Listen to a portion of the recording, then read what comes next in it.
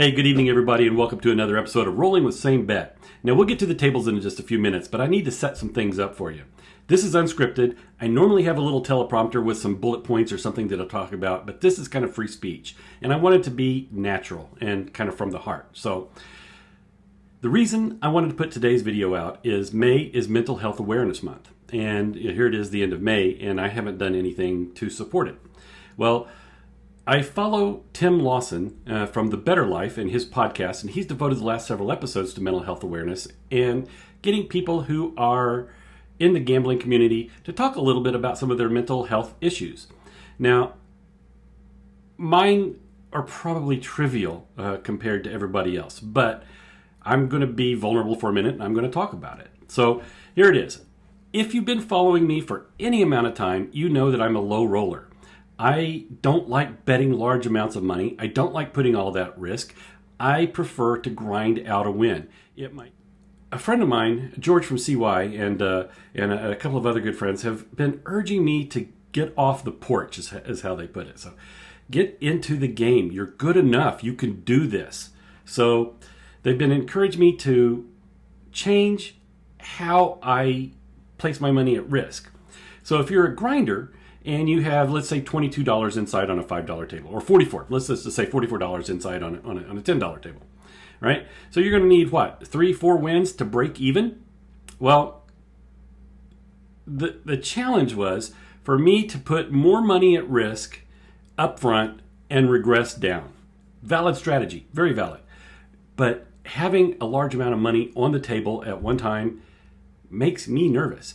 I tell you, I was talking to my good friends after my last trip to the casino. My hands were literally shaking. And I'm a seasoned player, or at least I call myself a seasoned player. I've been playing this game for years. But when I have real money on the line, it's not my table down in my basement, I start to get nervous. I start to internalize that, and it shows in my results.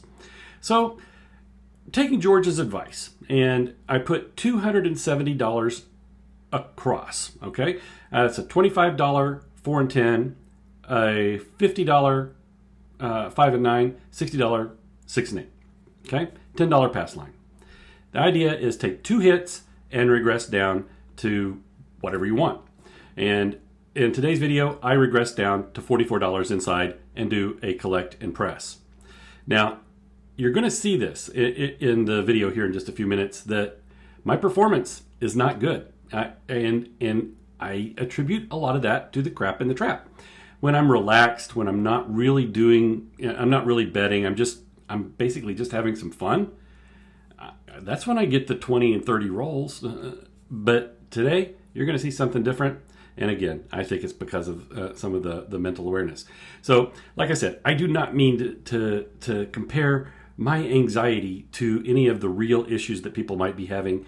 And I just encourage anybody that is having any kind of mental health issues, if you're having suicidal thoughts or depressive thoughts or whatever it might be, seek help. It's out there. They can help. And I just encourage you to do it. So, Tim Lawson, if you happen to be watching this, this is for you, buddy. I appreciate everything that you've done for us. Great leadership, and I'm glad to follow along with this. All right, guys, enjoy the rolls.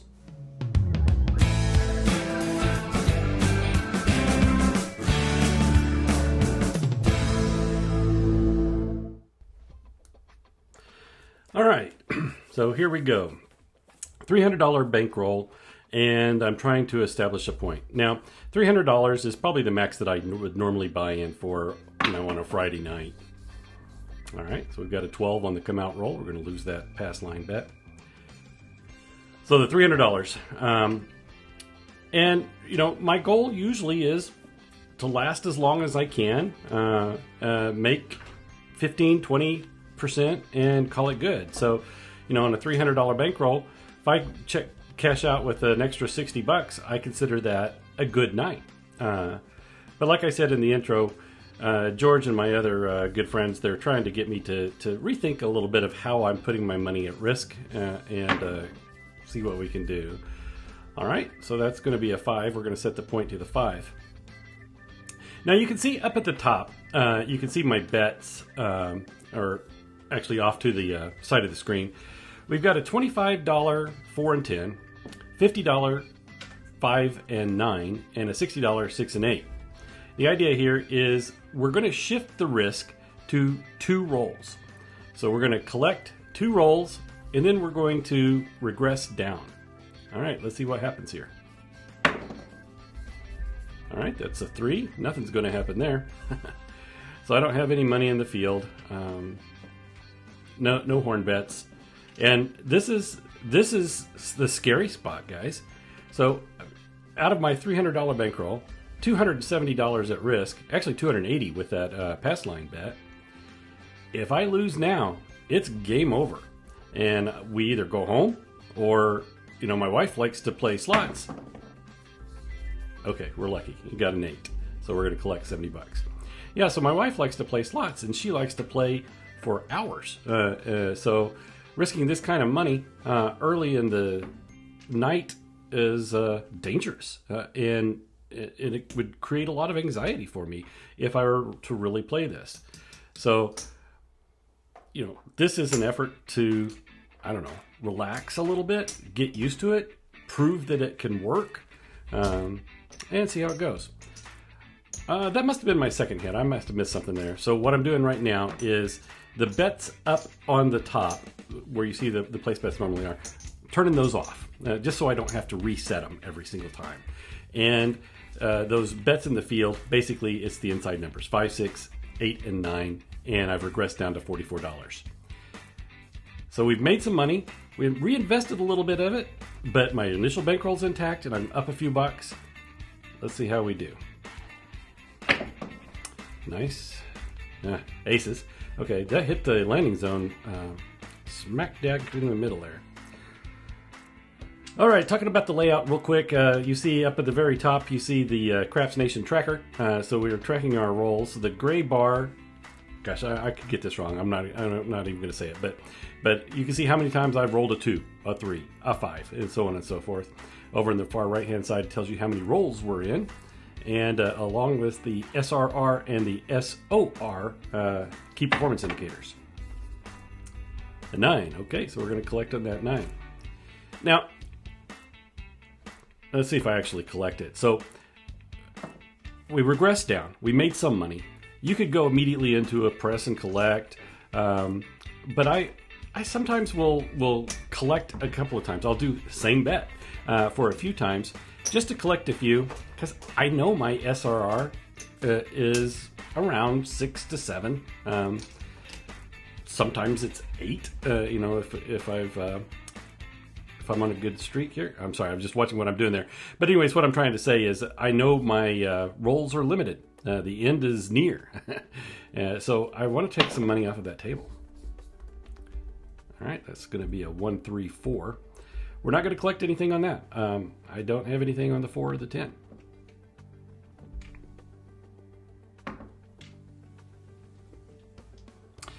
Yeah, so even after I've regressed, I might wait a couple of minutes before I start to press. And I realized I didn't pull my bets down for odds. So the point's a 5. Well, all I did is I pulled my place bet down and put it back there for odds. Okay, setup looks good. Landing looks good. And it's another 4. 1, 3, 4. Again, no money on it. Nice looking roll. Nice looking toss. Didn't collect.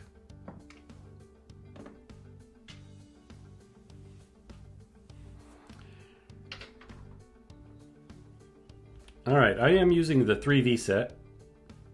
I tend to go back and forth. I'll either use the hard way or the 3V. No rhyme or reason, just personal preference. There it is. Okay, there's our first 7. It's a 1, 6, 7. All right, so it looks like we had 9 rolls. That was actually pretty decent. All right, we're going to take the puck down. We're going to take down all of those bets that I just lost. And remember, those are actually place bets that you saw there in the field. Let's take another $10, put it on the pass line, start this process all over again.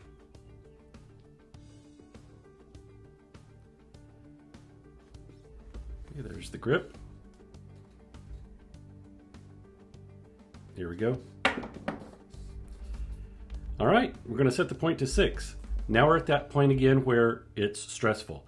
I've moved all of my risk to the next 2 rolls. Get past these 2, I'm in the money, and we can keep playing. So the bets up at the top are active now.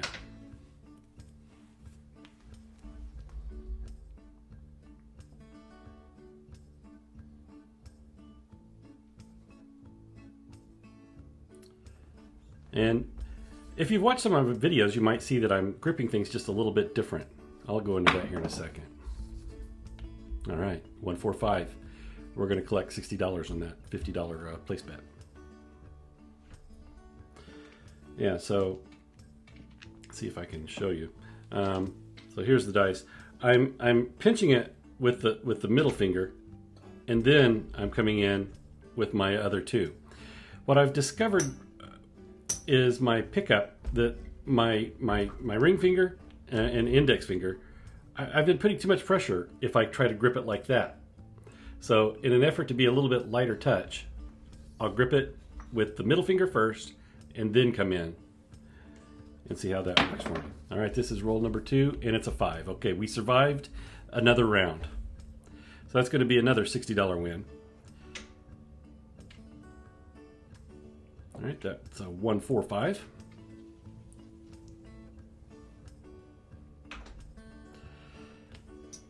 So I'm going to take this win in reds, and we're going to go with that $44 inside again. So now the bets up in the place boxes are not active. Those bets there in the field are effectively my inside bets. Cap them. All right, now here's where you really want to have those long rolls. I said in the monologue that I usually relax. You know, after that bet is paid for, yeah, okay, just let's see what we can do.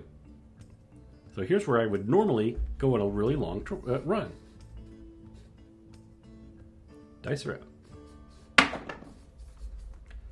But this time, didn't happen. Instant 7 out. Fortunately, I got my 2 rolls. Love to hear your comments on this. So what are your thoughts about placing the risk all into a couple of rolls and then relaxing for as long as you can run? Good strategy? Bad strategy? What do you think? All right, so we pulled down those bets that we just lost. We're 13 rolls in. SRR is still at a 6.5. That's all right. And, you know, it's nothing to brag about. Let's see if we can set another point.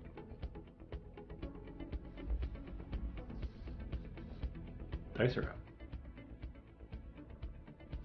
out. Okay. Come out 7. If you're going to get a 7, now's the time to do it. So that's going to be a natural. We're going to collect $10 on that.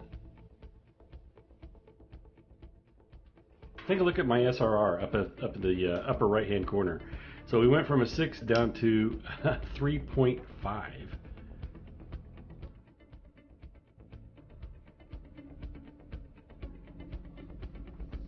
All right, let's set a point. All right, looks like a hard 4. So now the points back up top are active again. We're in a high risk situation.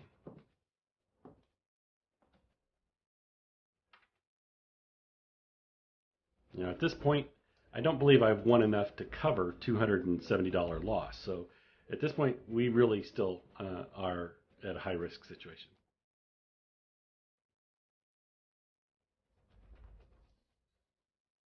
Okay.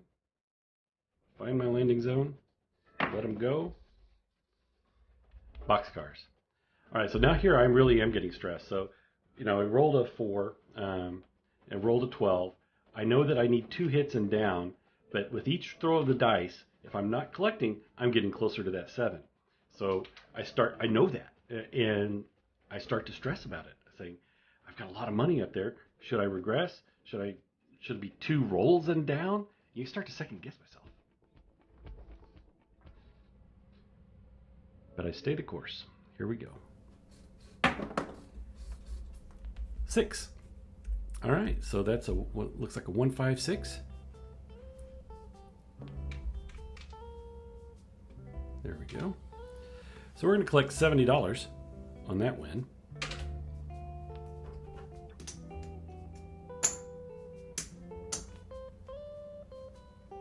Rack it up.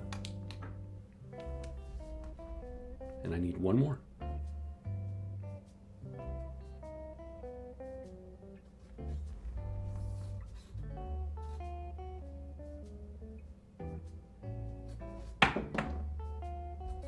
Boxcars.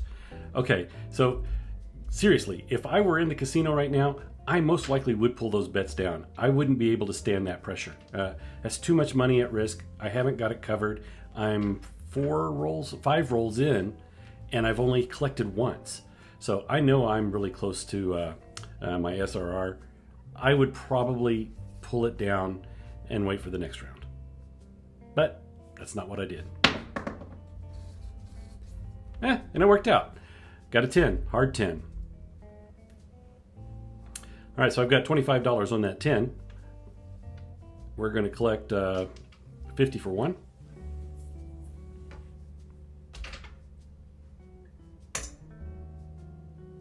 $50 for 1. Yep, there we go. Those bets are now off, and we're going to come down and put the $44 inside again.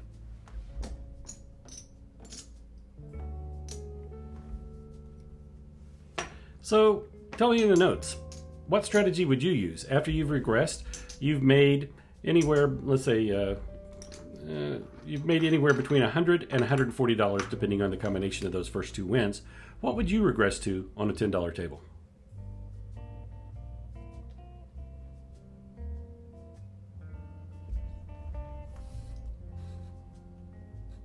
Dice around. 9. All right. That was a beautiful looking hit in the landing zone.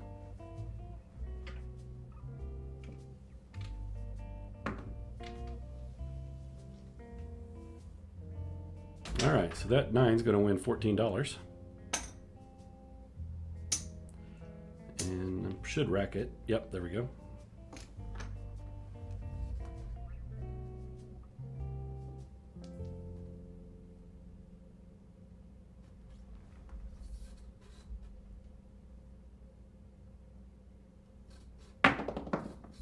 Nice. Oh, back-to-back 9s. All right, that's going to be another $14. And, you know, I don't remember exactly what I did here, so I'm going to suspect that I'm going to collect this one as well.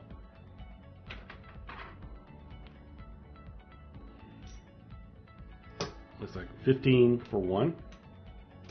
And, yep, it's going up in the rack. All right, now I've got 2 hits on the 44 inside. Hasn't quite paid for it yet, but if I don't start pressing now, probably not going to get a chance to.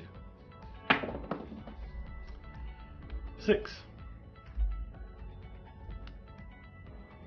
Looks like a 5, 1, 6. Yep, okay, 5, 1, 6.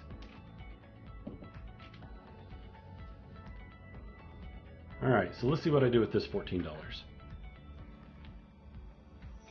Now remember, the point is on the 4, so I'm covered 4, 5, 6, 8, and 9. Oh, here we go.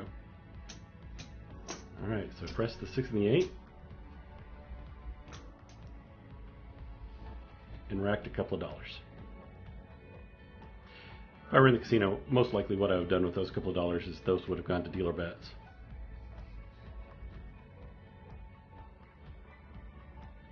Dice out. We got a runner, and it's another 9.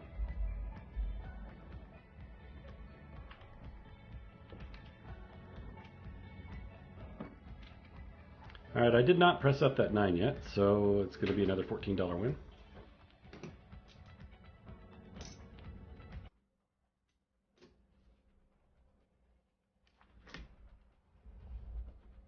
All right, that money's safely locked up in the rack. And now I start to relax. You know, I'm several rolls in. I've made some money. Everything's paid for. Boxcars. No money on the field or the horns. So Doesn't do anything for me. Take a look at that. That's actually the 4th boxcars I've rolled in 24 rolls. My roll is definitely off. My toss is not what I would like to see.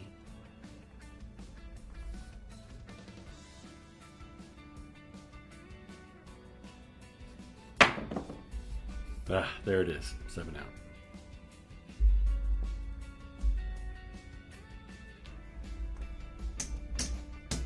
Take all those down.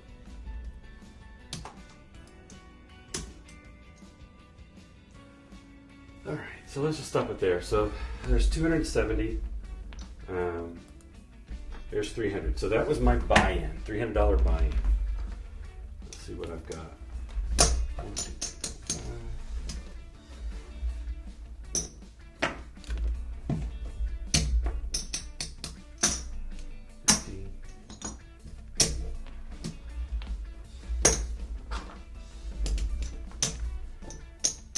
There's 100, 175, 185, 195.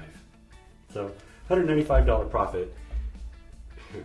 Pretty mediocre shooting, pretty average is what I would call it. But I still was able to put the risk into a couple of rolls for each round, and still eked out a good profit. So what did I say that was? 295? There's 175, 85, 95, 195 off a $300 buy-in. That's a pretty darn good percentage profit, and I should be very happy with that. All right, so there you have it. So I ended up making a pretty good amount of money off of that same $300 that I would have used to grind out a win. Now, today, it went in my favor. It doesn't always do that. You know, in one of my earlier practice sessions that I didn't have recorded, I lost. So if that happens in the casino, how will I feel about that? Am I happy just grinding at that win, having enough money to last 4 or 5 hours for a date night? You know, that's the questions that I've got to ask myself. What am I there to do? Am I there to play for a long time, or am I there to make money? That's what I've got to answer, and then get my mindset to wrap around that. All right, guys, that's going to do it for this episode. Thank you very much for watching, and I do really appreciate it. If you get a chance, check out Tim Lawson over at the Bettor Life. He's a good guy. I appreciate his leadership on this, and we'll see you next time.